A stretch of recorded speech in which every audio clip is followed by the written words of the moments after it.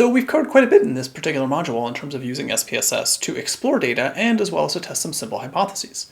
We learned about independent sample t-tests, which are wonderful for making comparisons across two different groups on some continuous variable.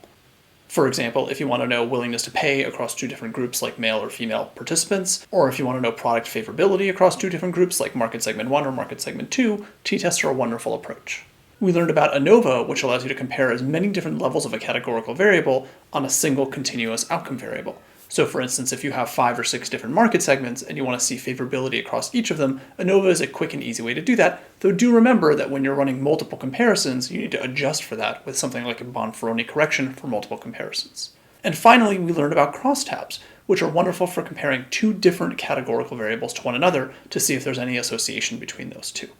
So for example, if you have 2 or 3 different market segments and you want to see if those market segments differ in terms of the composition of gender in each segment, crosstabs would be a wonderful approach.